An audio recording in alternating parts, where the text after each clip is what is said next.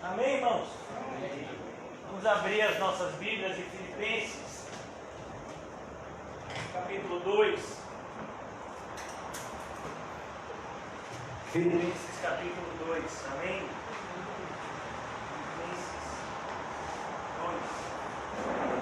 Filipenses, capítulo 2.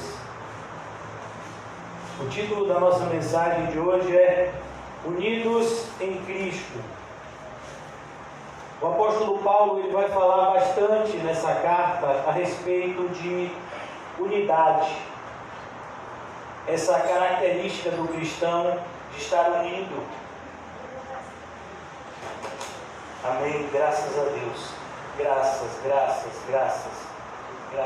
Deus, graças a Deus. Essa característica do cristão de estar unido em Cristo, por Cristo e para Cristo. E eu gostaria de trabalhar esses 3 pontos com vocês nessa noite. Na segunda-feira nós terminamos no versículo 29 do capítulo 1. E hoje nós vamos retomar a partir dele, mostrando justamente como Paulo estava estimulando essa igreja que estava dando bons frutos a continuar nessa mesma direção. Pois é importante que nós venhamos a perceber que o inimigo, quanto mais nós produzirmos bons frutos, mais ele vai nos perseguir com o propósito de nos fazer tropeçar. Então, quanto maior a nossa comunhão com Deus, deve ser a nossa maior vigilância em relação ao nosso testemunho pessoal. O irmão José, inclusive, falou sobre isso ontem. Como nós precisamos nos ocupar e nos preocupar com o nosso testemunho pessoal, para que aquilo que nós falamos com os lábios não seja desfeito por meio das nossas ações. Infelizmente, essa é a realidade de muitas pessoas na igreja hoje. Então, o apóstolo Paulo, no versículo 29, ele diz assim: porque vos foi concedida a graça de padecerdes por Cristo, e não somente de crerdes nele, pois tendes o mesmo combate que vistes em mim e agora ouvis que é o meu. Então o apóstolo Paulo estava mostrando para essas pessoas que nós estamos combatendo o bom combate, mas nós não estamos combatendo o bom combate de maneira individual, mas nós fomos arregimentados por Cristo para o seu exército. Então nós temos outros companheiros de batalha e precisamos estar em comunhão com esses companheiros de batalha e precisamos estar também em harmonia, para que uns não estejam avançando e outros retrocedendo, uns estejam andando em coragem e outros gritando em covardia, para que venhamos a retroceder. Por exemplo, esse foi o caso da nossa congregação no início da pandemia. Enquanto que nós estávamos aqui dizendo da importância de estarmos unidos, continuando pregando o Evangelho nesse momento difícil, não somente no nosso país, mas do mundo, muitos disseram que nós deveríamos parar de pregar e fechar a igreja. Então, isso não é um exército que anda em unidade. É por isso que a gente precisa entender que a unidade não é a qualquer preço. A unidade, ela é em Cristo. Eu não posso estar unido fora de Cristo, porque se eu estiver unido fora de Cristo, eu estou longe de Deus. Então nós vivemos no mundo uma realidade onde as pessoas costumam dizer que Deus é um só. Não, Deus não é um só. Existe Baal, existe Astarote, existe uma série de divindades. E mesmo no universo evangélico, nós vamos ver uma multiplicidade de Jesus. Para cada denominação ou seita evangélica, Jesus é apresentado de uma forma. Então nós precisamos tomar muito cuidado, mas também devemos tomar cuidado para que não venhamos a estar andando separados sem motivo. Então, o caminho é estreito dos dois lados. Eu não posso nem andar com todos e eu também não posso andar sozinho. Daí a imprescindibilidade do discernimento espiritual. Estava ouvindo uma música no carro quando nós estávamos vindo para cá. Estava eu e minhas duas filhas. E de repente minha filha me perguntou, porque foi uma música nova que eu baixei. E ela disse: meu pai, essa música é bíblica? E aí antigamente eu dizia: é, minha filha? Eu dizia: não é. E eu disse: não, ouça. Aí baixei. Ela: eu não estou ouvindo direito. Aí eu aumentei, ouça. Aí quando ela ouviu a música, eu perguntei: é bíblica? Ela disse: é. Então tá bom. Porque é preciso a gente ter esse discernimento espiritual, inclusive as crianças. E quem é que vai ensinar para elas? A gente. Então aqui Paulo está mostrando como ele era responsável, como ele se sentia responsável por essa igreja, por esses irmãos na fé que ele evangelizou, que ele plantou. E agora ele estava orando para que eles soubessem ter uma postura madura em relação aos desafios que nós encontraremos no mundo. Um dos grandes desafios, talvez um dos maiores desafios, é vivermos em um mundo cada vez mais dito evangélico, mas que não segue a Cristo. E é assustador isso. Só diz: eu sou evangélico. Amém. É mesmo. E aí você vai conversar com a pessoa 5 minutos e você fica assustado. Porque tudo que a pessoa falou, tudo que a pessoa diz que faz, ou diz que fará, ou diz que fez, são coisas que Cristo não fez, não faria, não aprova e muito pelo contrário, reprova. Mas a pessoa diz que é evangélica. Então a gente precisa ter essa aptidão espiritual de discernirmos quem está ao nosso redor.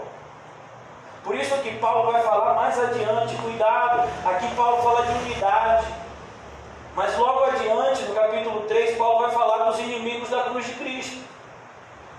E ele vai dizer antes disso: olhem aqueles que andam da maneira correta, porque tem um pessoal que anda de forma incorreta.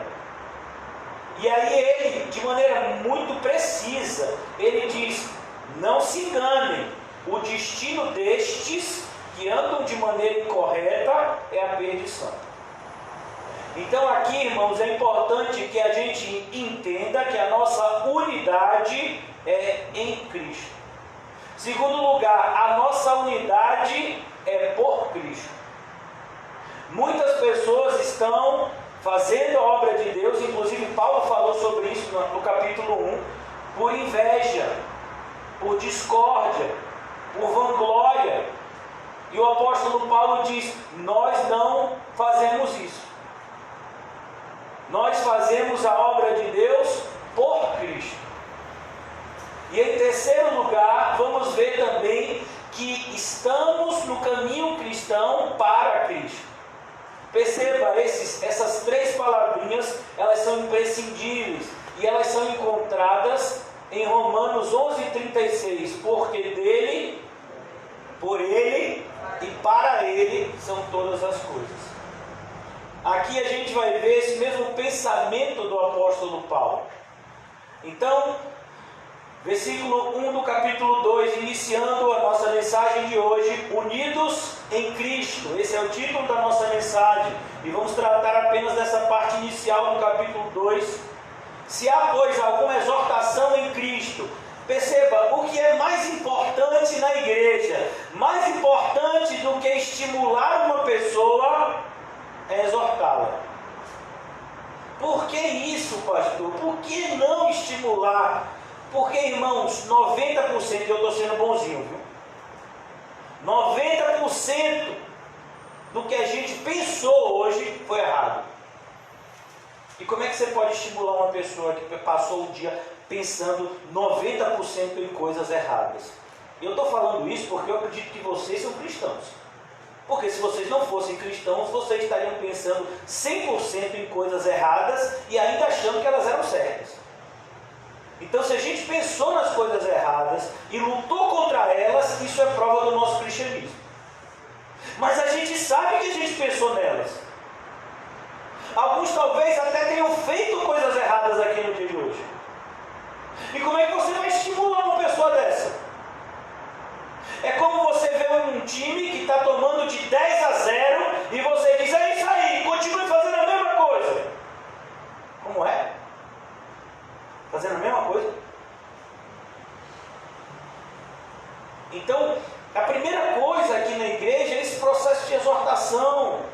E a exortação, irmãos, não tem nada a ver com você, de alguma forma, maltratar alguém. Muito pelo contrário, a palavra exortação significa aconselhar. E aconselhar com amor.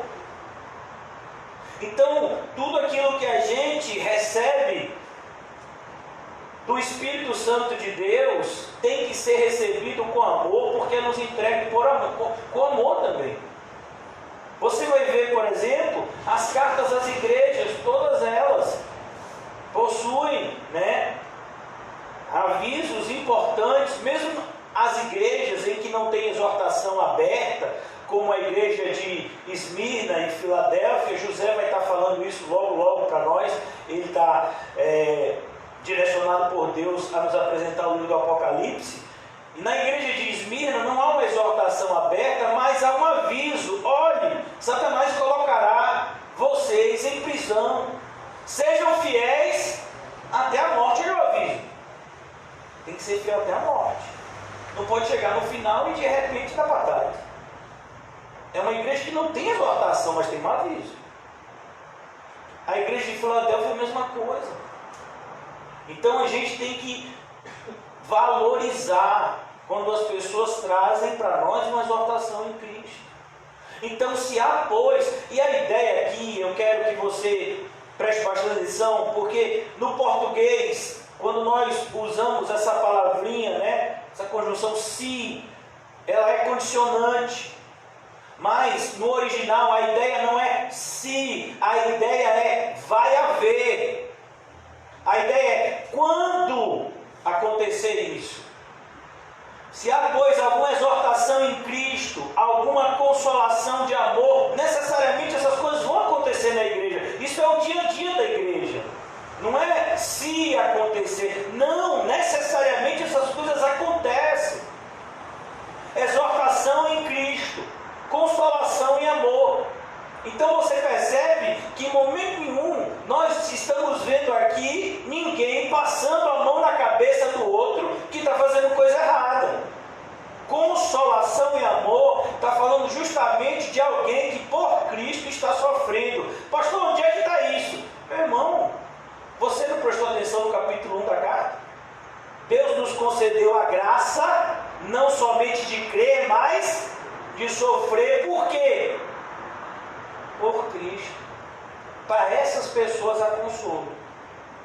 Se você está sofrendo por conta dos seus próprios pensamentos egoístas, vamos imaginar, por exemplo, um desses empresários multimilionários que aplicou 10 milhões de dólares na bolsa e está sofrendo porque perdeu metade do seu investimento. Vamos consolar ele. É isso que ele está falando aqui? Então, a ideia aqui é um complemento do versículo 29 do capítulo 1, que eu vou ler de novo com vocês. Porque nos foi concedida a graça de padecerdes por Cristo. Vos foi concedida a graça de padecerdes por Cristo e não somente de crerdes nele.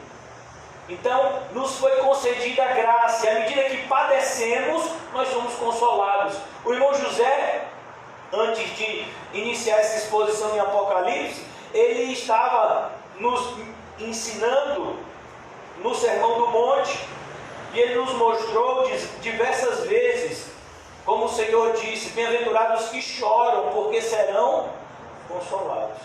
Não é qualquer tipo de choro. Nós vamos ver que o mundo está chorando, mas A maioria das pessoas que estão chorando agora são por motivos egoístas e por motivos individualistas. Não estão chorando por amor a Cristo. Não estão chorando por amor ao Evangelho. Elas nem se preocupam com isso, mas elas choram. Por exemplo, você vai ver ritmos musicais que despertam pessoas a chorar, como sertanejo e determinados ritmos musicais, eu acho que é a rocha, que falam de músicas tristes, né? De pessoas que foram abandonadas nos seus relacionamentos amorosos, e pessoas choram. A pessoa chora muitas vezes quando perde um bem. Roubaram meu carro, minha casa. A pessoa chora muitas vezes quando perde um ente querido, sendo que ficou 10 anos sem falar com ele quando estava vivo. Ele está chorando agora? E quando estava vivo, por que não foi lá falar? Por que não abraçou, não amou? E agora está chorando. Perceba que o choro do mundo é um choro hipócrita. Esse não é o choro do cristão. Em primeiro lugar, o cristão chora pelo seu pecado. Ele sabe que isso desagrada a Deus.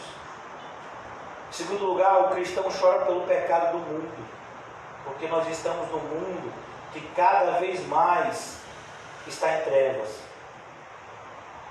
Em terceiro lugar, nós choramos porque, embora venhamos tentando de todas as formas fazer o bem, vemos que o mal habita em nós ainda. São esses motivos que levam o cristão a chorar e serem consolados. Não os motivos egoístas que nós vemos hoje em dia. Olha, irmãos, eu estou falando por experiência pessoal. A maioria das pessoas depressivas hoje, a depressão delas é somente um reflexo do egoísmo e egocentrismo que elas têm em relação a si mesmas. As pessoas entram em depressão porque perderam dinheiro, as pessoas entram em depressão porque não atingiram um patamar que gostariam de atingir na vida. As pessoas entram em depressão por diversos motivos. A maior parte desses motivos são motivos egoístas. Mas nós vemos um mundo que quer dizer que Cristo consola os egoístas e egocêntricos. Não, essas pessoas Cristo repreende. Perceba que na vida de grande parte dessas pessoas que choram não há um pingo de arrependimento. Você pega uma pessoa dessa que está chorando, você diz: e aí, meu irmão, está arrependido? Não. Eu estou triste porque não consegui atingir o meu objetivo. Mas não estou arrependido não, farei tudo de novo. Então tome muito cuidado para você não ser humanista em vez de cristão. O humanismo é uma filosofia que valoriza o homem antes de Deus. O cristão é aquele que entende que Deus é o centro do universo e que se temos algum valor, vem de Deus e não de nós mesmos. Só temos algum valor porque Deus atribuiu esse valor a nós. O humanismo ele surge como uma das doutrinas do Renascimento, e ele vai dizer, né, eu penso, eu existo. Não. Quem disse? Não. Eu só existo porque Deus me criou. Então nós temos que tomar muito cuidado. A consolação de amor é uma consolação onde esse amor é um amor verdadeiro. Não é um amor falso. Não é um amor feito em premissas humanas, mas é um amor divino que nos enche à medida que a graça de Deus transborda na nossa alma. Vou repetir mais uma vez o versículo 1. Se há, pois, alguma exortação em Cristo, alguma consolação de amor. Terceiro, alguma comunhão do Espírito. Olha que coisa maravilhosa. O que faz você ter comunhão com Deus e com Cristo? O Espírito Santo. Quando o apóstolo Paulo nos ensina essa doutrina preciosa da Trindade, ele faz isso de maneira indireta, através de uma coisa que nós chamamos na igreja, né, de bênção apostólica, o amor de Deus o Pai, as doces consolações do Senhor Jesus, as doces consolações do Espírito Santo e a graça maravilhosa do Senhor Jesus Cristo estejam sempre conosco. E nós temos, a igreja faz assim, o amor de Deus o Pai, as doces consolações do Espírito. Jesus, quando está se despedindo da gente, vamos lá rapidamente no Evangelho de João, capítulo de número 16. Jesus está nos dando essa notícia maravilhosa, que nós não ficaremos sozinhos. Jesus está falando justamente que ele vai embora, ele partiria por meio do martírio, da morte de cruz. E olha o que diz aqui, voltando um pouco, capítulo 15 do Evangelho de João, versículo 18: se o mundo vos odeia, sabei que primeiro do que vós me odiou a mim. Mas como é que o mundo odeia a igreja evangélica de hoje? De jeito nenhum, o mundo ama. O mundo aplaude os evangélicos de hoje. O mundo anda de mãos dadas com o evangélico moderno.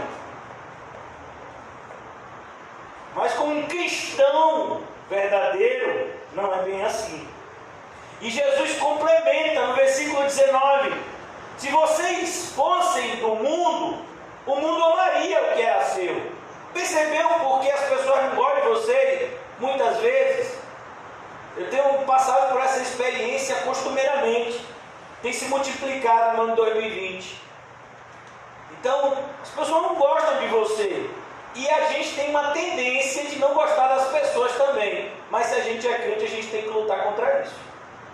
Porque as pessoas até podem me odiar, mas eu não posso odiá-las. Se vocês fossem do mundo, o mundo amaria o que era seu. Como todavia não sois do mundo, vocês são do mundo? São ou não? E por que a maioria parece com o mundo? Porque a maioria dos evangélicos parece tanto com o mundo, deseja as mesmas coisas, sonha as mesmas coisas. Eu quero que meu filho faça faculdade, eu quero que meu filho ganhe bem, eu quero que meu filho tenha um casamento feliz. Pô, como assim? Não é o que o mundo deseja? Mas que mal tem em desejar isso todo? E onde é que está Cristo na vida do seu filho? Essas coisas são secundárias. Jesus disse: buscar em primeiro lugar o reino de Deus e a sua justiça. Você está fazendo isso? É isso que você está desejando para o seu filho? Então você está amaldiçoando ele. Mas é isso que eu encontro, é isso que a gente encontra: hipocrisia na igreja. As pessoas falam da Bíblia, mas elas não têm nenhuma vontade de vivê-la. Então ele diz: pelo contrário, dele vos escolhi, por isso o mundo vos odeia. Então os verdadeiros cristãos, que são uma minoria, diga-se de passagem, são odiados pelo mundo. Tem muita gente que é odiada porque faz o que é errado mesmo. Mas os verdadeiros cristãos, eles são odiados por fazer o que é certo. Lembrai-vos da palavra que eu vos disse: não é o servo maior do que o seu senhor. Se perseguiram a mim, lembre-se, também perseguirão a vós outros. Se guardaram a minha palavra, também guardarão a vossa. Essa é a nossa esperança em chegar em Vista Alegre. Vai ter perseguição, mas também vai ter gente que vai ouvir e vai crer. Tudo isso, porém, vos farão por causa do meu nome, porquanto não conhecem aquele que me enviou. Percebe o que Jesus está dizendo aqui?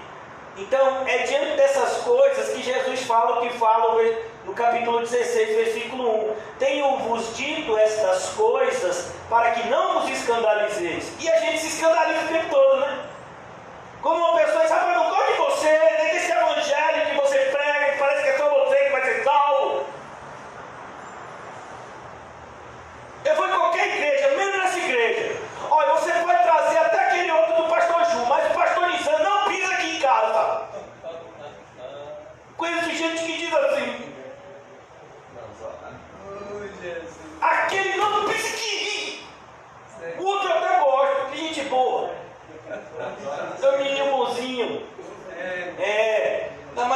fofinho agora.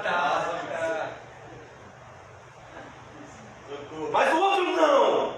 O outro ele tem uma cara de bicho, assim, parece um ogro. Tenho dito essas coisas para que não vos escandalizeis, porque o pessoal fica escandalizado quando os outros odeiam vocês. Eles vos expulsarão das sinagogas, mas vem a hora em que todo que vos matar julgará com isso tributar culto a Deus. Você entendeu, irmão? Não foi isso que Saulo de Tarso fez quando ele consentiu com aqueles que assassinaram Estevão? Ele achou que estava prestar culto a Deus significa prestar serviço a Deus. A palavra culto significa serviço. Então, quando Saulo perseguia os cristãos, ele julgava estar servindo a Deus. Já imaginou isso? Quando muitos romanos perseguiam os cristãos, eles julgavam estar servindo aos seus deuses. Então, o Senhor Jesus está nos ensinando: ora, estas coisas vos tenho dito para que quando a hora chegar, vos recordei que eu vou las disse. Vocês se recordaram? Então, por que reclama tanto? Não vou las disse desde o princípio, porque eu estava com vocês, mas agora vou para junto daquele que me enviou. E nenhum de vós me pergunta para onde vais. Pelo contrário, porque vos tenho dito estas coisas, a tristeza encheu o vosso coração.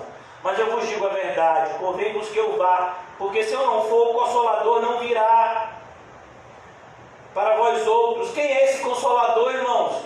Espírito Santo que habita em nós. Se porém eu for, eu vou enviarei. Olha que coisa maravilhosa. Quando ele vier, e ele já veio, quando ele vier, convencerá o mundo do pecado, da justiça e do juízo. Do pecado porque não crê em mim. Olha o pecado, não crê. Da justiça, porque eu vou para o Pai, não me vereis mais. Da justiça, porque a única oportunidade de reconciliação da criatura com o seu Criador é por meio de Cristo Jesus. Nenhuma religião pode reconciliar o homem com Deus. Do juízo, porque o príncipe deste mundo já está julgado. E quem é que convence o mundo inteiro de se voltar contra Deus? O diabo. Ele fez isso desde o princípio, com Adão e Eva, e acabou nos manchando desde a raiz. Por isso já nascemos com essa inclinação de desobedecer a Deus. Tenho ainda muito que vos dizer, mas vós não podeis suportar agora. Quando vier, porém, o Espírito da verdade, ele vos guiará a toda a verdade. Qual é o papel do Espírito Santo? Fazer a gente pular, gritar, girar, revelar o oculto e o profundo, fazer o raio-x. É isso? Não. Guiar na verdade. E o que é a verdade? A palavra. Você conhece a Bíblia? Por causa do Espírito Santo. O Espírito Santo não é cartomante. O Espírito Santo não é um tarólogo. O Espírito Santo não é adivinho. Mesmo quando o Espírito Santo fala do futuro, ele não está falando por espírito de adivinhação, porque quem tem espírito de adivinhação é o diabo. O Espírito Santo fala do futuro como quem manda no futuro, porque o Espírito Santo é Deus. E como Deus é onipotente, onisciente e onipresente. Então, quando ele fala do futuro, como no livro do Apocalipse, ele fala de algo que está no controle dele. E não como ele olhando para frente e vendo no que vai acontecer. Não! Não, o Espírito Santo não é divino. Por isso, tome cuidado com aquilo que você ouve hoje em dia com o nome de Evangelho. Não é Evangelho. Porque não falará por si mesmo. Percebeu? O Espírito Santo nunca chama a atenção para si. Você nunca vai ver na passagem a Bíblia dizendo: eu sou o Espírito Santo e vos digo assim. Não. Ele não fala de si mesmo. Mas dirá tudo o que tiver ouvido e vos anunciará as coisas que eu de vi. Ele me glorificará, porque há de receber o que é meu, e vos há de anunciar. Tudo quanto o Pai tem é meu. Por isso é que vos disse que há de receber do que é meu e vos há de anunciar. Então é esse o papel do Espírito Santo. O Espírito Santo que estava em Paulo, quando ele redigiu Essa carta que morava nele, que morava nos verdadeiros cristãos da igreja de Filipos, que receberam essa carta de Paulo, que nós estamos meditando. Então, irmãos, preste bastante atenção. Por que nós temos exortação em Cristo, consolação em amor, comunhão do Espírito? Porque o Espírito Santo habita em nós, Cristo o enviou para nós. E se de fato temos o Espírito Santo, o fruto do Espírito é a grande evidência. A evidência não são sinais. A evidência não é sequer o conhecimento bíblico. Porque alguém pode conhecer bastante as Escrituras e não ter comunhão com o Espírito Santo. Pasme. Mas o Espírito Santo, a evidência de que o Espírito Santo está em nós, é que o fruto do Espírito é produzido em nós. Como se você fosse um galho de uma videira, onde necessariamente os frutos da videira serão produzidos em nós que somos um galho. Jesus usou inclusive essa analogia e disse: eu sou a videira e vocês são os ramos. Todo aquele que estiver em mim dará frutos. E sem mim nada podeis fazer. Então aqui o apóstolo Paulo está se lembrando justamente dessa conexão, onde necessariamente todos nós temos um papel, uma vez que todos nós temos o Espírito Santo aqui. Ontem eu estava com o irmão José caminhando, e quando a gente caminha, a gente está fazendo exercício físico, a gente está tendo conversas espirituais, né, meu filho? A gente caminhou ontem, imagina o horário da caminhada, 10 às 11 da noite, é o horário que o pastor caminha. E a gente estava conversando a respeito dessas verdades. Muitas vezes, né, por exemplo, vou dar só um exemplo que eu conversei com ele ontem. Existe uma briga na igreja evangélica sobre qual o papel da mulher na igreja.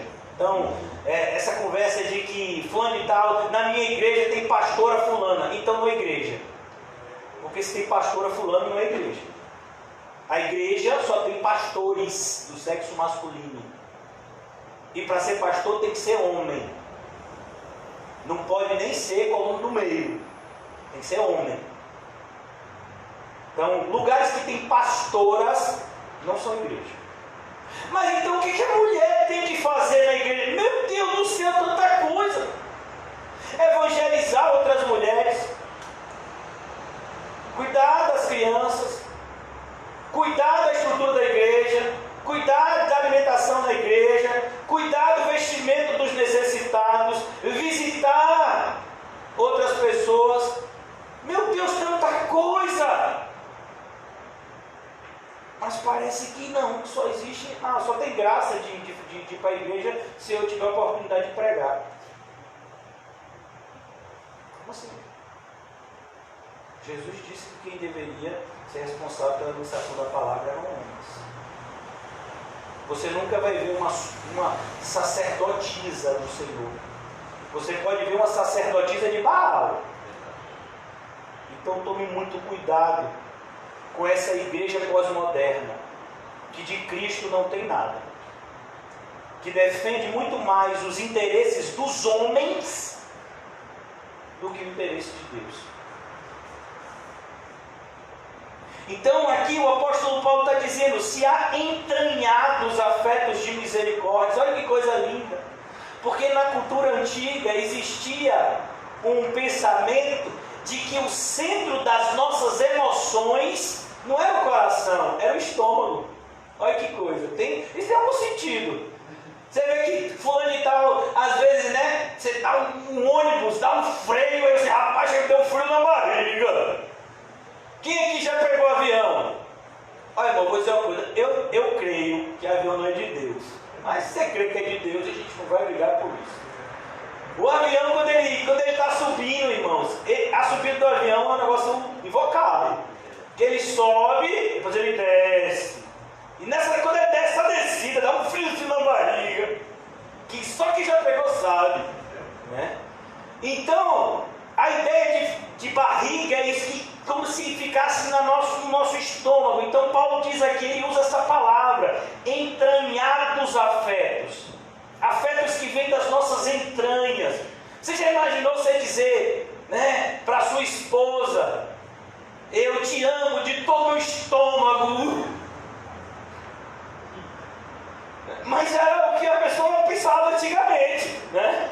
Tem gente até que diz, né, que a esposa ganhou o marido na sentada na comida, na feira feijoada, mas agora testificou, é de Deus, essa é a minha varoa, né? Salva-me. Completai. Aí ele diz: entranhados afetos e misericórdias. E isso que é lindo, olha que coisa. Afetos fala dessa questão de sentimento. Misericórdia, compaixão, fala dessa questão de ação. Você sente e você auxilia o irmão. Tanto que a ideia é ministério de misericórdia, é aquele ministério que você ajuda aqueles que estão precisando de ajuda. Não seria isso? Essa é a ideia. E você faz isso porque você tem amor. Afeto e misericórdia andam sempre juntos. É como, por exemplo, na carta de Tiago, que ele diz: vem cá, você disse que ama o seu irmão, sabe que ele está com fome, manda ele para casa com fome, sendo que você tem como alimentá-lo. Que amor é esse?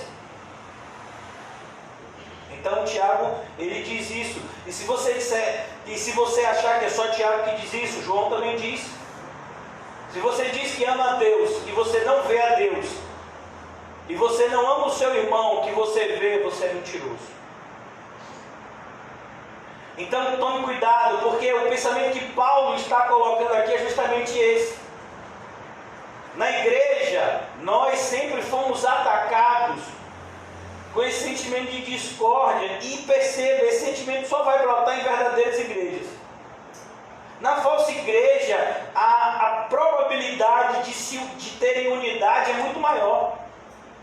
Porque eles não têm compromisso com nada em relação à verdade.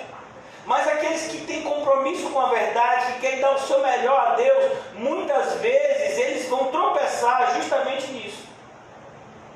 Em não ter a humildade de reconhecer que Deus também usa o semelhante. Então Paulo está mostrando aqui, olha, cuidado. E olha o que ele diz aqui no versículo 2: completai a minha alegria. Paulo está dizendo: eu estou muito feliz com o que eu estou sabendo que está acontecendo com vocês, mas tem algumas coisas que ainda precisam ser ajeitadas. Completai a minha alegria. Paulo elogia a igreja, Paulo fala de como eles estavam perseverando no evangelho de maneira correta, mas havia um problema nessa igreja, como na maioria das igrejas. A questão de separação, a questão de discórdia, né? E a gente tem que tomar cuidado, porque a gente tem tantos problemas, irmãos, tantos problemas, como por exemplo, a pessoa chegar e dizer: ah não, eu fui lá na boca do rio, está tudo azul agora, não, eu só vou lá se pintar de branco de novo. Onde já se viu igreja azul? Tem que ser branco. Então você vai lá e diz: não, pararam de dar cafezinho, que absurdo, como é que quer que as pessoas fiquem acordadas? Sem cafezinho, se não tiver cafezinho, eu não vou.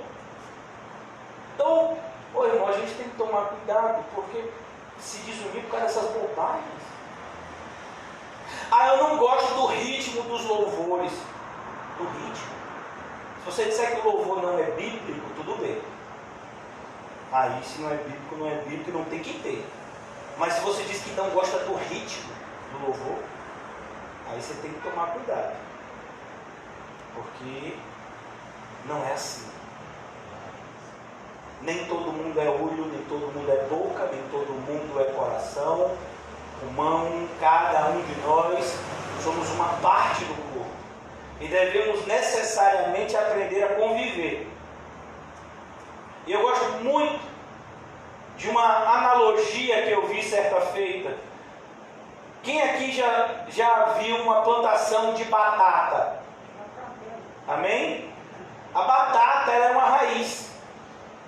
então ela fica embaixo da terra. Quando você puxa, vem um monte junto.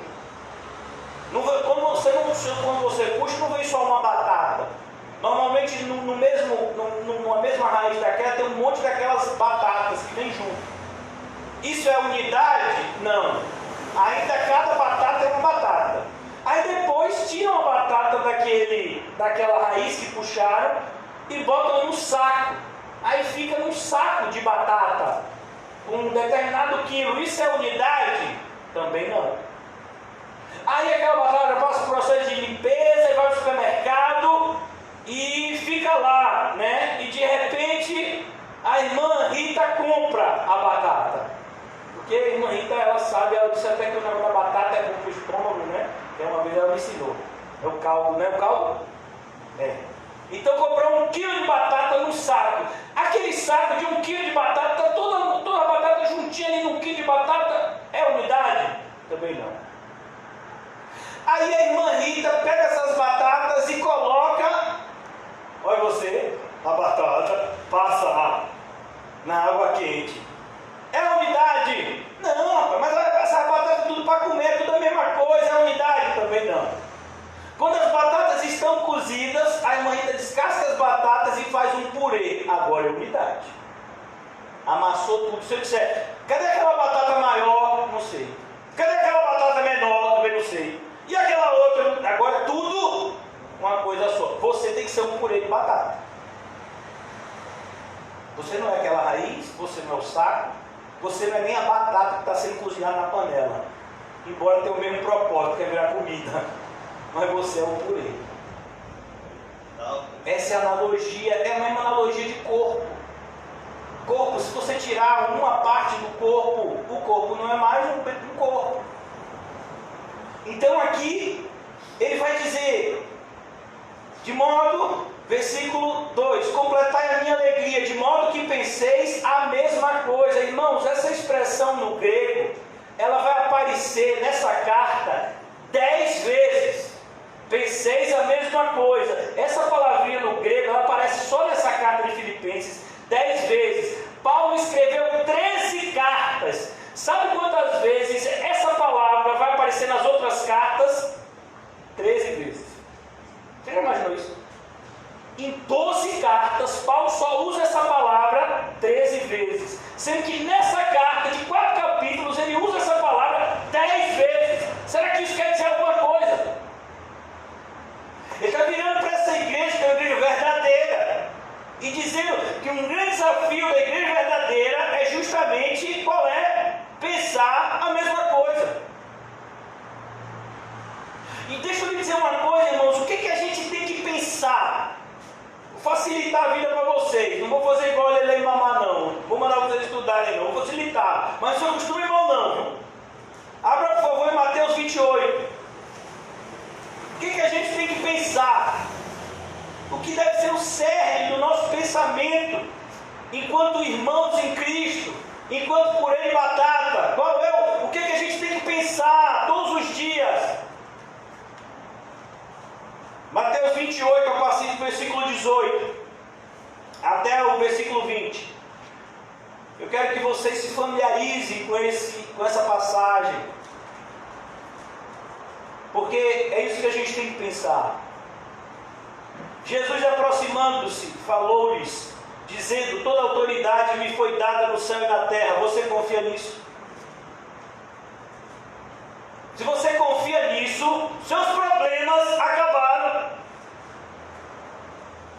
Não, pastor, não, eu continuo sentindo dor. Ó, ai, tá doendo. Deixa eu ver aqui. Ih, tá devedor a conta ainda. O Senhor disse que meus problemas acabou. Toda a autoridade foi dada a Jesus, de maneira que a sua vida está debaixo da autoridade dele.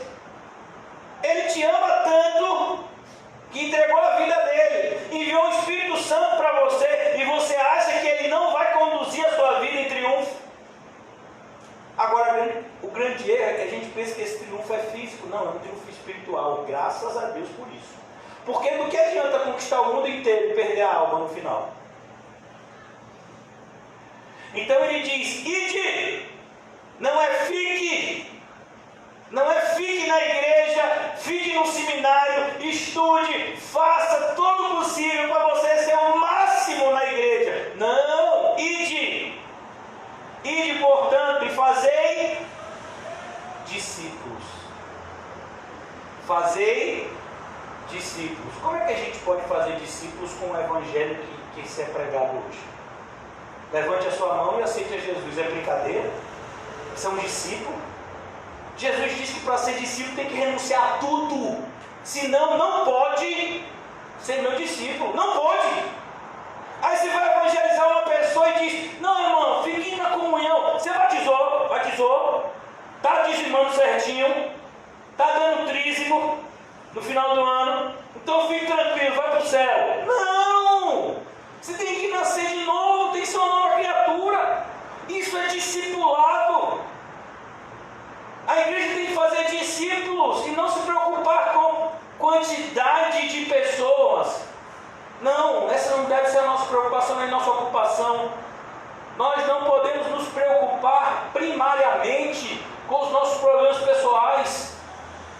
Em primeiro lugar, na nossa vida deve vir o reino de Deus e a sua justiça. Está aqui. Perceba que essa passagem, ela está em harmonia com todos os ensinamentos de Cristo. Por isso que eu vim até ela. Mas eu poderia abrir outras passagens que também apontariam para essa mesma direção. É isso que a gente tem que pensar. Nós, como igreja, temos que pensar nisso. De maneira como disse o irmão José ontem, estava conversando com ele estava falando para mim essa verdade. Não, pastor, a gente quando está aqui na igreja é muito bom. Os louvores, a comunhão, a palavra, mas parece que falta uma coisa, e falta mesmo. O quê? O ID. O que você acha que a gente está indo? Pregar em outros lugares? Porque é o mandamento de Deus. De maneira que se a gente ficar preocupado só no que a gente faz entre quatro paredes, está incompleto. Tem que ter o ID. Glória a Deus. Então ele disse: fazei discípulos de todas as nações. Olha que coisa. Aqui Jesus, ele está colocando um ponto final em qualquer diferença étnica que exista no mundo. Isso não é problema nosso. A gente tem vivido num mundo cada vez mais dividido por problemas étnicos. Isso é questão de socialismo, capitalismo, isso nada disso importa para nós. Ah, você vai evangelizar a China que é comunista, eu evangelizo a China que é comunista e os Estados Unidos que é capitalista. Os dois precisam de evangelho. A Europa, que na sua grande maioria é capitalista, é um continente que totalmente, escarnecedor do evangelho. Lugares onde foram construídas igrejas imensas na época da reforma, a maioria deles hoje são museus, shopping center, discotecas. As pessoas chamam o continente europeu de um continente pós-evangélico. Olha que coisa assustadora. A ideia de que o evangelho passou por lá e agora já não existe. Coisa assustadora. Então não tem diferença social, não tem diferença étnica. Eu quero saber. Como Jonas, que por exemplo, eu não quero pregar em Nínive. Por quê? Porque os ninivitas são inimigos históricos do povo de Israel, então não tem nada a ver com eles. Não, a gente prega também lá. Imagine, por exemplo, um cristão que veio do judaísmo indo evangelizar na Alemanha, que foi o berço do nazismo. Você acha que vai ser fácil? Talvez para você isso nunca tenha passado, porque o Brasil é historicamente um país pacifista, não se envolve com guerra nenhuma, não tem nem dinheiro para isso. Então a ideia é justamente essa. E aí, se você, como um cristão que historicamente vem de uma cultura judaica, tivesse que evangelizar um país conhecido pelo nazismo, e aí você ia ou ia dar uma de Jonas? Me mande para qualquer lugar, menos para esse. Todas as nações. esse negócio. E normalmente Deus vai nos mandar ir nos lugares que a gente não quer. Para que o nosso testemunho seja mais poderoso em Cristo Jesus. Então ele diz todas as nações. Por isso que a gente vê um movimento evangélico que fica discutindo essas filosofias que não levam a lugar nenhum. Comunismo, socialismo, capitalismo. Não, o comunismo é um inimigo histórico do cristianismo. O mundo é inimigo do cristão. Entendeu? Não é um sistema filosófico que é inimigo do cristão, não, irmão. É o mundo. Aí fica um monte de crente perdendo tempo com isso. Um monte de debate na internet por essa palhaçada. Jesus mandou ir para todas as nações. Imagine um americano que seja cristão verdadeiro, coisa rara, que teve os seus pais mortos no acidente das Torres Gêmeas, lá do 11 de setembro, indo evangelizar islâmicos. Já imaginou essa cena? É isso daqui que Jesus está dizendo. Mas a gente gosta de ficar na nossa bolhazinha, na nossa zona de conforto. A gente não está indo, a gente não está saindo de casa por causa de um vírus. Imagine ir pregar num lugar perigoso, onde a gente tem uma probabilidade de morrer. O pessoal não está querendo sair de casa com medo de morrer de Covid. Imagine ir para um lugar para ser assassinado como cristão. Esse é o retrato da igreja de hoje. Uma vergonha. Uma igreja medrosa. Aonde já se viu a igreja de Cristo temendo? Se nós somos mais do que vencedores em Cristo Jesus. Como eu disse, tenhamos o mesmo pensamento.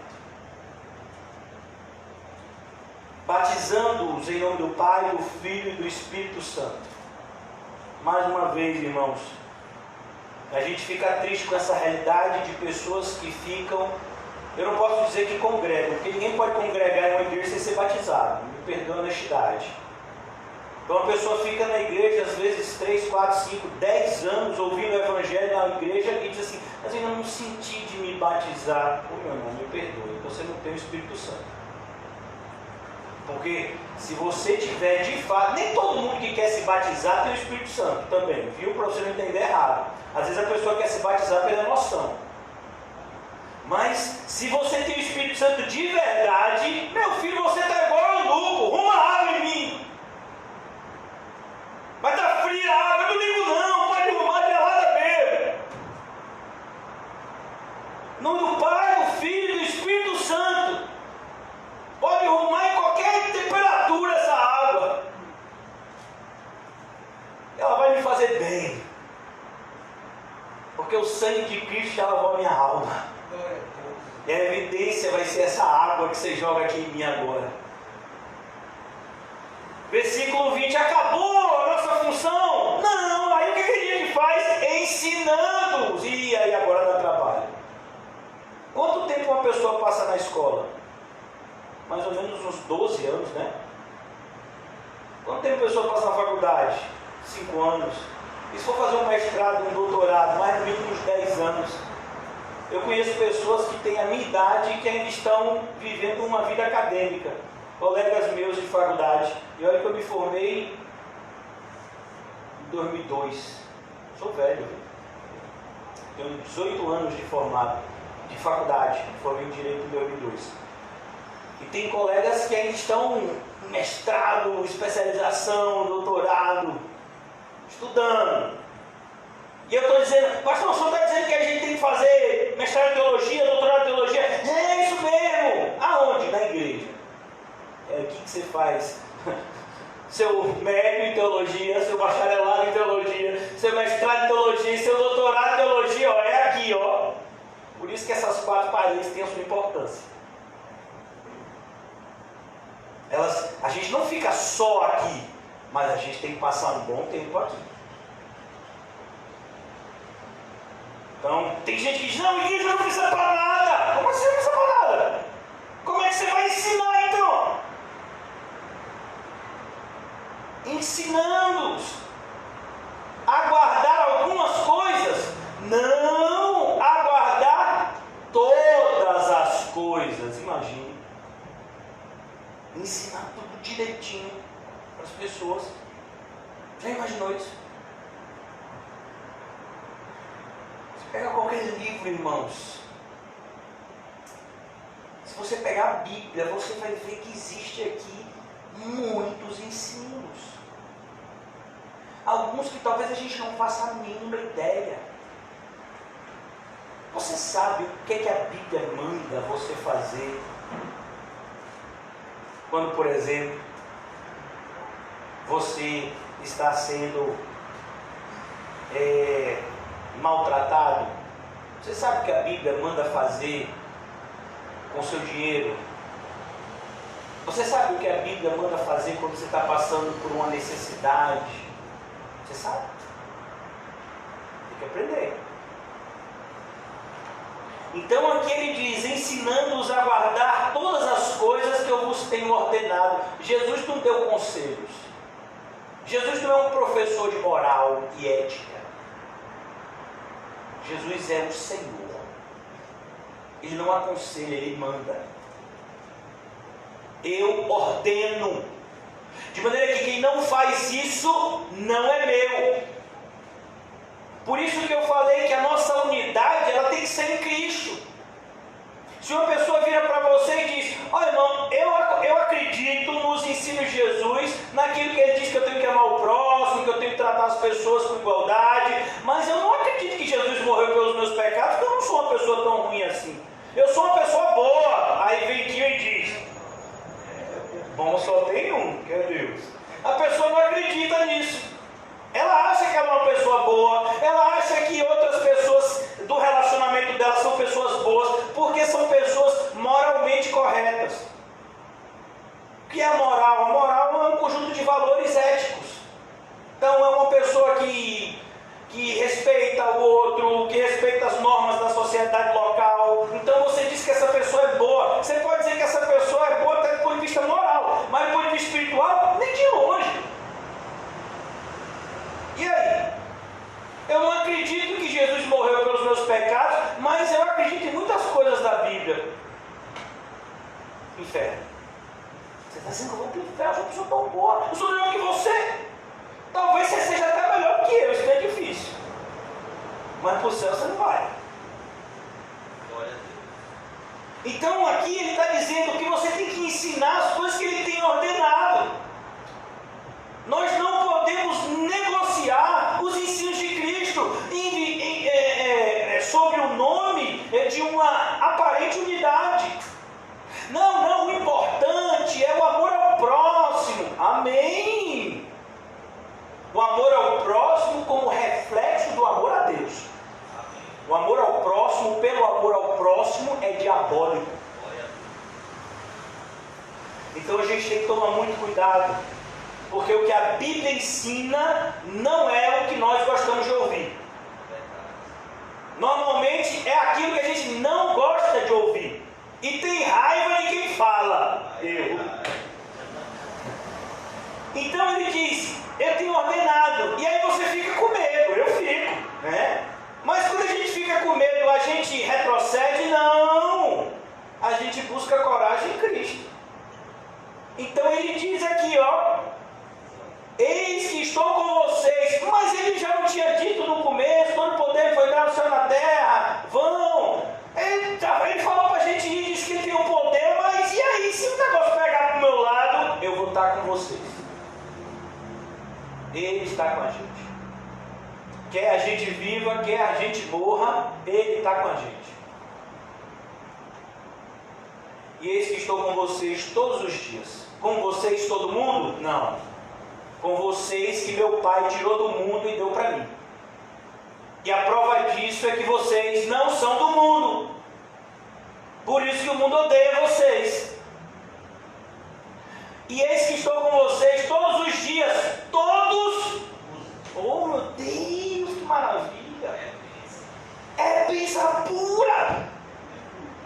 Todo dia, sabe aquele dia que você está jururu, aquele dia que você quer desistir de tudo, ele vai lá na caverna e diz: pô, meu filho, come e bebe. Sabe aquele dia que você diz: não, eu não vou pregar em vista alegre de jeito nenhum, aí que ele manda um peixe desse tamanho. Lingulir. Sabe? Ele tem soluções para tudo. E ele está sempre com a gente. Eu estou com vocês todos os dias, até a consumação dos séculos. Glória a Deus. Glória a Deus. Glória a Deus. Voltando agora lá para Filipenses 2, por isso que Paulo diz: tenham em vocês, penseis da mesma coisa. Que mesma coisa? É isso que a igreja tem que pensar. Em crescer no conhecimento de Cristo e levar esse conhecimento de Cristo para fora. Crescer no conhecimento de Cristo aqui dentro e levar esse conhecimento de Cristo para fora. E daqui a 10 anos, se a gente não tiver morrido ainda, a gente está crescendo no conhecimento de Cristo aqui dentro e levando esse conhecimento de Cristo para fora. E o pessoal ainda diz que meu pulmão não está bom. Olha. Não vai, gente? Então aqui ele diz: completai a minha alegria, de modo que penseis a mesma coisa. Vocês estão pensando nisso? Então comece a pensar. Glória a Deus. Crescer em Cristo. Mas não é crescer em Cristo para você de alguma forma trazer a glória para si, ou como José disse ontem, usar o conhecimento de Cristo para trazer vantagens para si. Não, é usar esse conhecimento de Cristo para glorificar a Cristo, ensinando aqui dentro e evangelizando lá fora. E ele diz: como é que a gente pode fazer isso? Só se tiver amor. E é por isso que ele diz agora: tenhais o mesmo amor. A gente pode levar o evangelho se a gente não tem amor? A gente tem autoridade para exortar os irmãos se a gente não tem amor? Não. Tem que amar primeiro, senão, óbvio, fica calado, não tem autoridade nenhuma. Então ele diz: penseis na mesma coisa e tenhais o mesmo amor. Bom? E aí ele completa que se a gente está pensando na mesma coisa e está movido pelo amor, a gente vai estar unido na mesma alma. Se a gente pensa e a gente ama igual, então a gente está unido, a gente é um purê de batata. Mas se a gente não estiver pensando igual, e se a gente não estiver com o amor de Cristo, a gente não vai estar jamais unidos de alma. Por isso, irmãos, é tão importante falar nessa unidade. Mas a unidade não pode estar fora da verdade. Não posso me unir com pessoas que não estão unidas a Cristo. Eu devo pregar para elas, evangelizá-las, mas jamais ter comunhão com elas. Que comunhão tem luz e trevas? Nenhuma. Isso a gente tem que tomar muito cuidado. Quando você vê um crente tendo comunhão com o incrédulo, quem é que vai sair prejudicado? O crente. Né? Sempre. De modo que penseis na mesma coisa, tenhais o mesmo amor, sejais unidos de alma, tendo o mesmo sentimento. E aí Paulo vai completar isso lá na frente.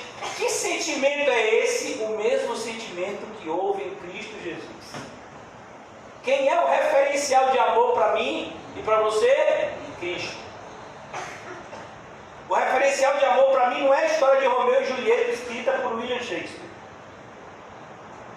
O referencial de amor é Cristo. Cristo é o referencial de amor. Ele me amou, mesmo quando eu não o conhecia. Ele me amou. Ele me amou mesmo quando eu o perseguia. Esse é o referencial de amor, tendo o mesmo sentimento. Percebe, irmãos, Paulo está falando isso para uma igreja que tinha 2 mulheres crentes, cheia de Deus. Pastor, como é que você sabe disso?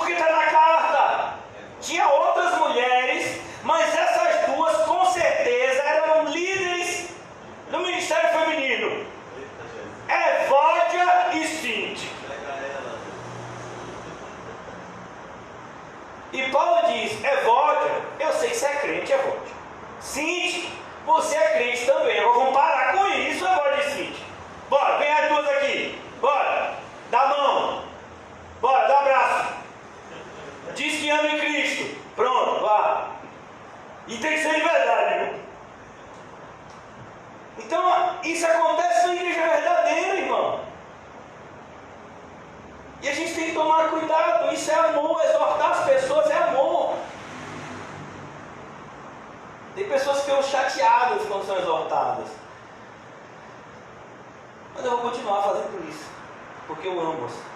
Eu as amo de verdade, independente do amor que elas sentem por mim ou não. Nada façais por partidarismo ou vanglória. Percebeu?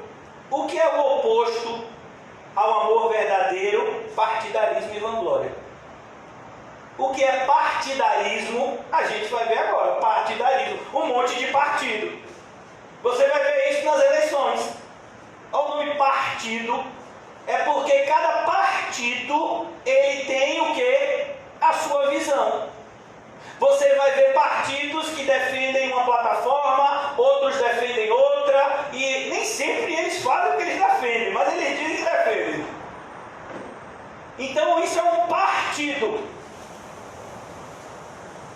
Paulo diz, na igreja não tem partido, só tem inteiro. Se tiver partido, não é igreja. Porque a igreja de Cristo não pode ser partido. A igreja é de Cristo. E ninguém tem autoridade e nem autonomia para dividi-la. Divisão na igreja é tentativa de destruição. E Paulo traz um alerta muito forte aos coríntios. Todo aquele que tentar destruir a igreja de Cristo, Deus o destruirá. Por isso que a igreja de Cristo, ela é una, indivisível. Eu e você, se somos verdadeiros cristãos, estamos ligados com todos os cristãos da nossa era e todos os cristãos que vieram antes de nós e aqueles que virão após nós. Nós estamos ligados a Ele eternamente, porque eternamente viveremos com Ele no céu. De maneira que a nossa vida terrena é um simples piscar de olhos em comparação com a eternidade que nos espera. Foi o que o irmão José, inclusive, nos ensinou recentemente. Por isso que os nossos verdadeiros irmãos estão no céu, não na terra. Estou falando da questão do laço consanguíneo, em relação ao laço consanguíneo. Nem sempre o meu irmão de sangue vai ser o meu irmão no céu. Infelizmente, quisera que não fosse assim, mas a Bíblia diz que é assim. Mas na igreja não tem esse tipo de divisão. A divisão acontece muitas vezes quando o evangelho chega em uma casa. Quem disse isso foi Jesus. Ele disse: terão 5 pessoas numa casa, ó. 3 se levantarão contra 2 e 2 contra 3. O pai entregará o filho entregará o pai. Mas na igreja não pode ser assim. Senão não é igreja. Nada façais por partidarismo ou vanglória. Olha que coisa estúpida é o homem achar que é alguma coisa. Como por exemplo, uma vez eu vi um pastor, falando com outro pastor. Isso eu ouvi em uma pregação. Um pastor falando com outro pastor, e esse pastor disse assim: ore por mim, para que eu seja uma pessoa mais humilde. Aí aquele pastor que ouviu isso, ele disse: vem cá, você tem algum motivo para ser orgulhoso? Pense, a gente tem algum motivo para ser orgulhoso? A gente é menos que um cocô de cavalo. A gente é como a erva do campo, que hoje existe, amanhã não existe mais. Se tem algum valor, é por causa que Deus escolheu nos dar valor. Fora de Deus a gente, inferno. Fora de Deus a gente é igual a demônio, vai para o mesmo lugar.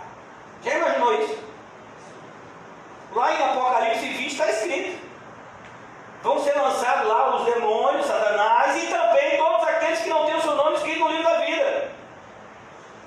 Aí você diz assim: eu sou uma pessoa tão orgulhosa. Só é orgulhoso porque não conhece a Bíblia. Porque se conhecesse a Bíblia, ele dizia: eu sou um pecador miserável, presto para nada.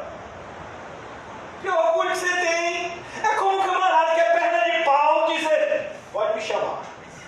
Para quê? Para dar trabalho no time. Eu jogo muito. Joga muito o quê, meu filho? Joga videogame.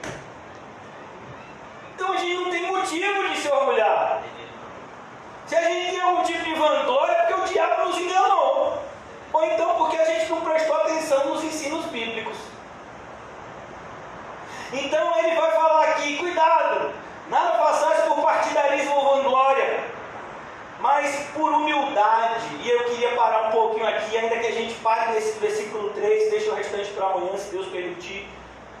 Mas irmãos, eu fiquei estarrecido quando eu estava fazendo um estudo recente.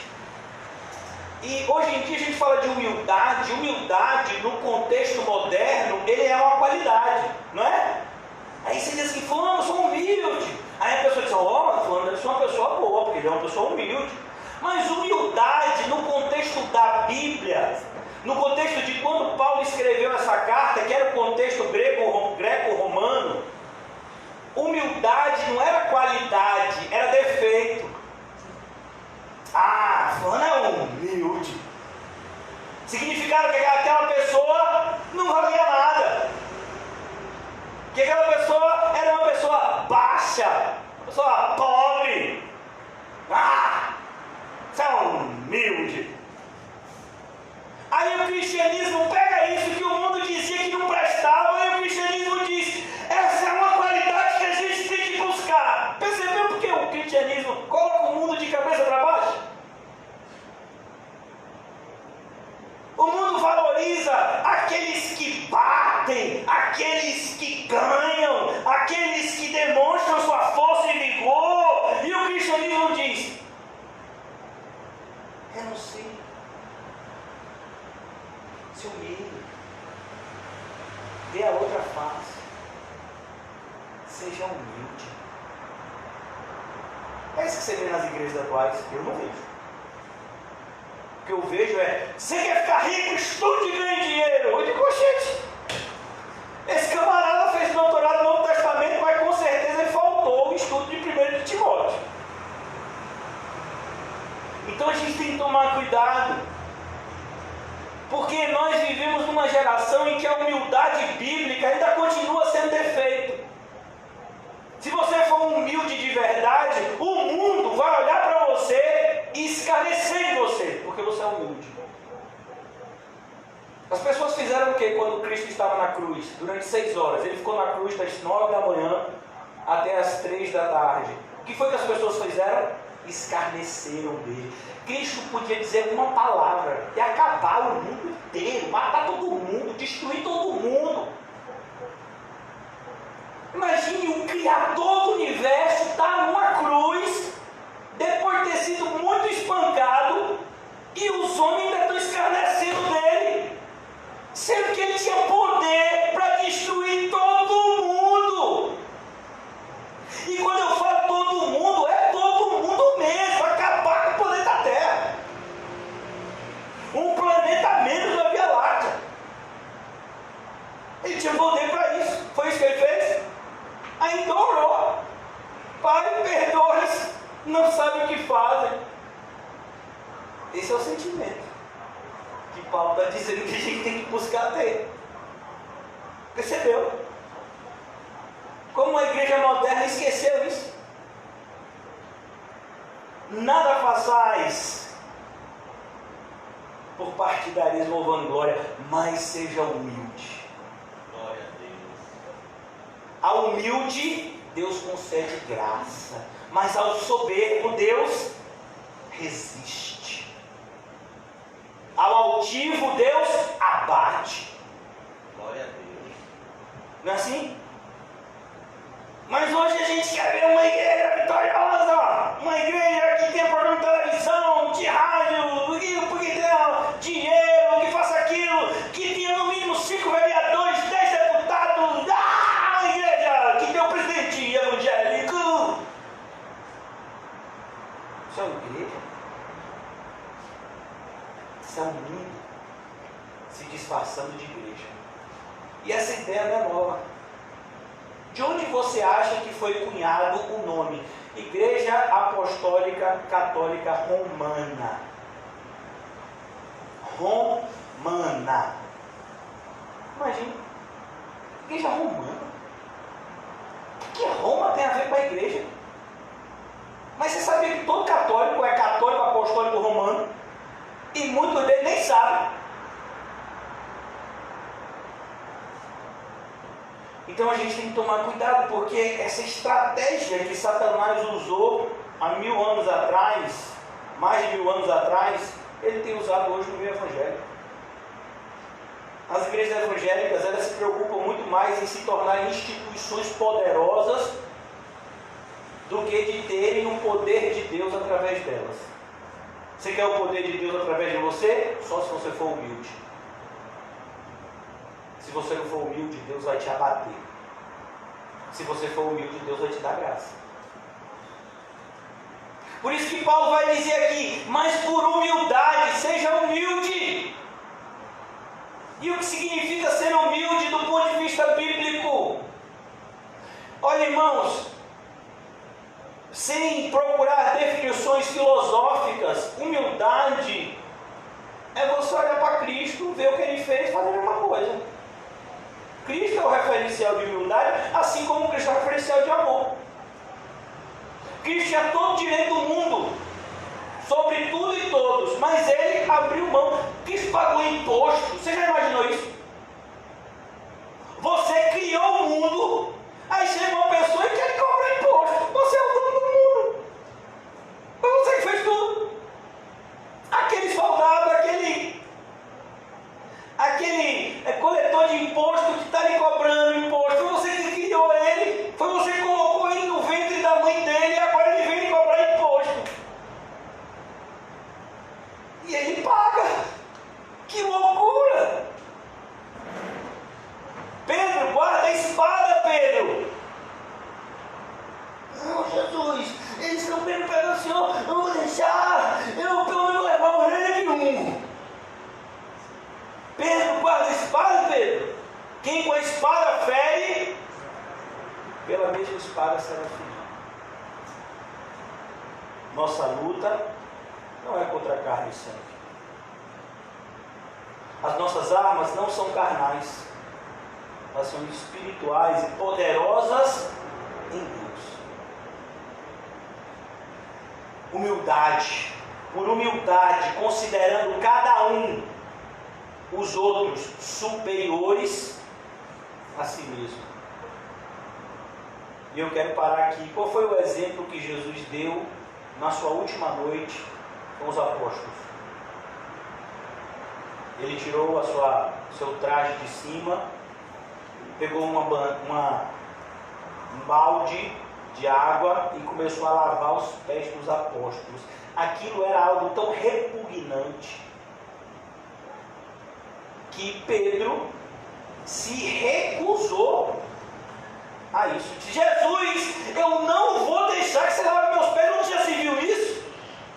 O Senhor é um mestre, o Senhor é um Cristo, vai lavar os meus pés, sujo, imundo. E Jesus disse, se eu não lavar os seus pés, você não tem parte comigo. Aí lava tudo então. Vamos lá para essa passagem? Está lá no Evangelho de João. Eu sei que o horário já deu, já vou concluir. Né? Só me deem mais 2 horas. Conclui tranquilo. Amém? Amém. Não, pastor, não Jesus. João.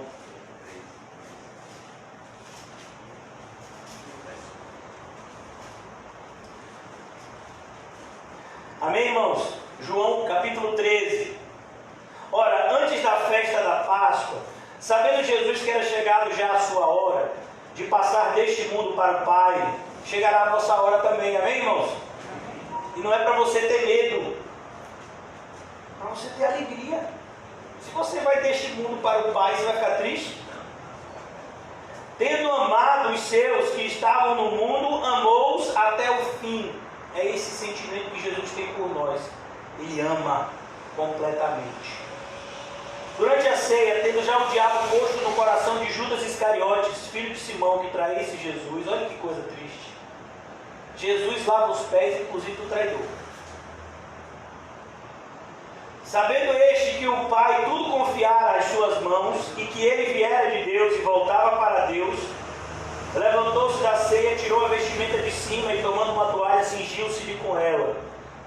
Depois deitou água na bacia e passou a lavar os pés aos discípulos e a enxugar-lhes com a toalha com que estava cingido. Aproximou-se, pois, de Simão Pedro, e este lhe disse: Senhor, tu me lavas os pés a mim? Respondeu-lhe Jesus: o que eu faço não sabes agora, compreendo-los-á depois. Agora você compreende? Trate os seus irmãos melhor do que você trata você. O mundo diz: faça com as pessoas o que você quer que seja feito com você. Está errado. Você tem que tratar melhor. Vamos imaginar, o irmão Paulinho gosta de feijoada, o irmão José gosta de tudo. Não, vamos imaginar que ele gosta de lasanha. Cozido, né? O irmão José gosta de cozido. Ah, o irmão Paulinho vai convidar o irmão José para a casa dele. Vai fazer feijoada? Não, vai fazer cozido. Ah, mas eu não gosto de cozido.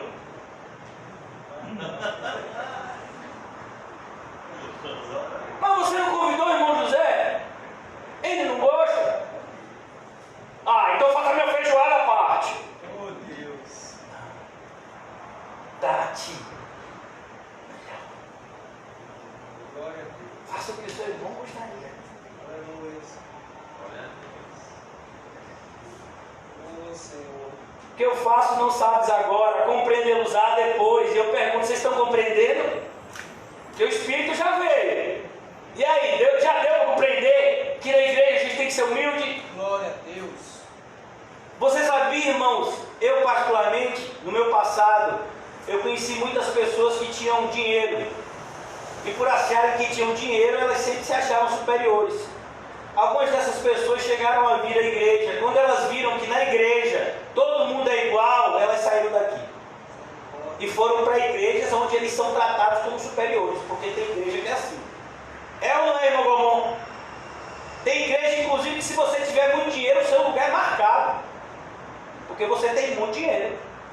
Então você tem dinheiro de sentar naquele lugar, no camarote. Então, não, humildade. Todos aqui somos iguais. E devemos nos tratar muito bem. Disse-lhe Pedro: nunca me lavarás os pés. Respondeu-lhe Jesus: se eu não te lavar, não tens parte comigo. Pedro, se você não entender a lição da humildade, você não tem parte comigo, Pedro. Principalmente Pedro, que era soberbo.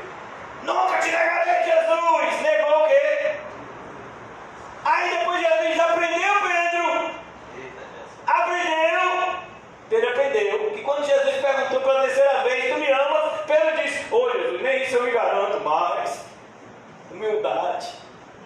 Ele não tinha, mas aí recebeu. Tu me amas, Pedro? Ô Jesus, tu sabes. Quando o Senhor falou da primeira vez que eu ia trair, eu traí mesmo. Se o Senhor disser que eu tenho amor, eu tenho. Se o Senhor disser que eu não tenho, eu não tenho. Isso é humildade. Então Pedro lhe pediu: Senhor, não somente os pés, mas também as mãos e a cabeça. Sempre Pedro, né? Lava tudo, Jesus, que eu estou achando mesmo, que eu estou quase sujeirinho aqui mesmo. Joga. Declarou-lhe Jesus: quem já se banhou não necessita de lavar, senão os pés. Essa ideia do banho aqui é uma referência ao batismo. Quanto aos mais, está todo limpo. Ora, vós estáis limpos, mas não todos. Porque quem estava ali? Judas. Pois ele sabia quem era o traidor, e foi para isso, por isso que disse: nem todos estáis limpos. E aí, irmão, lá na igreja de Filipenses tinha os inimigos da cruz de Cristo. E aí? Agora a gente tem os inimigos da igreja aberta. Os inimigos da igreja presencial. Não, a igreja tem que ser virtual, principalmente nesse período. Absurdo! Cuidado, irmãos. Considerando cada um os outros superiores a si mesmo. Vem cá, deixa eu lhe dizer uma coisa. Por que você acha que seu filho é melhor do que o do outro? Por que você acha que sua casa é melhor do que o do outro? Por que você acha que merece mais alguma coisa do que o seu irmão?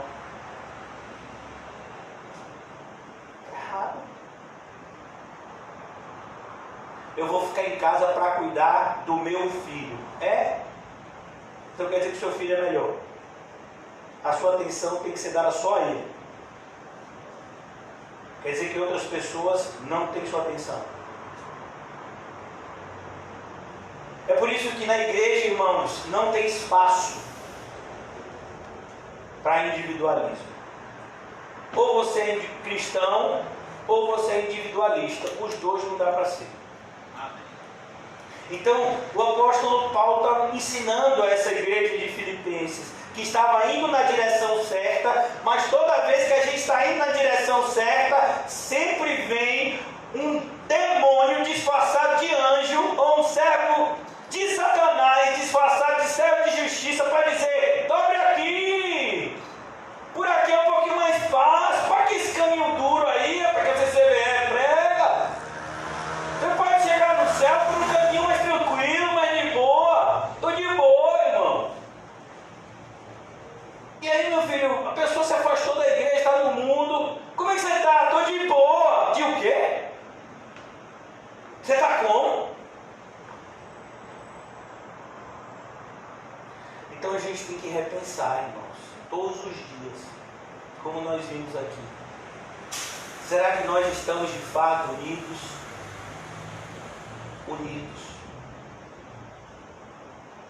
Por isso que às vezes, irmãos, a gente não tem condição de fazer nada, porque falta unidade. Um coloca a pedra aqui, o outro vem e tira. Aí você coloca a pedra aqui, o outro vem e tira. Percebeu por que a importância da liderança? Não, a pedra vai ficar aqui, outra vai ficar aqui, e aqui vai ser a nossa defesa. Foi assim que Deus nos ensinou. Igreja não é cada um fazendo o que quer. Não existe igreja para cada público. Não existe evangelho para criança, para adolescente, para adulto, para jovens. Evangelho para empresário, não existe. Existe evangelho para crente. E todo aquele que não crê no evangelho não é de Cristo. É preciso repensar as nossas escolhas à luz do evangelho. Porque qualquer escolha que seja feita fora do evangelho, ela é maldita. E mais cedo ou mais tarde, esses frutos amaldiçoados aparecerão. Mesmo na vida daqueles que são cristãos. Não se engane, o que plantar, vai colher. Então a gente tem que viver uma vida de constante alerta. Jesus vai dizer: eu estou falando essas coisas para que vocês não se escandalizem. A ideia de escandalizar é a ideia de dar para trás. Então diz: eu estou dizendo para vocês que o negócio vai ser difícil. Estou dizendo para vocês que vão tentar enganar vocês. Eu estou dizendo para você que aqueles que vão tentar enganar vocês, eles vão parecer mais cristãos do que os próprios cristãos. Eu estou dizendo isso para que vocês saibam como agir quando isso acontecer. Aí, irmãos, acontece isso muitas vezes no nosso meio e a gente fica: ai meu Deus! Mas, gente, rapaz, já não sabia. Então a gente tem que estar preparado. Mas isso só vai acontecer se a gente tiver o mesmo sentimento, se a gente estiver pensando do mesmo jeito. Porque Satanás, ele ganha duplamente quando ele planta separação no meio da igreja. Porque ele consegue destruir os de dentro e ainda impedir que a gente alcance os de fora. E é o que ele tem feito muitas vezes, sem nem percebermos. Que não seja mais assim. Em nome de Jesus, vamos orar. Obrigado, Deus, por essa noite, nos trazer à tua casa e nos dar direção. Obrigado, Deus, porque uma vez já estivemos perdidos, mas fomos achados. Estávamos mortos, mas o Senhor nos concedeu vida por meio da tua vida.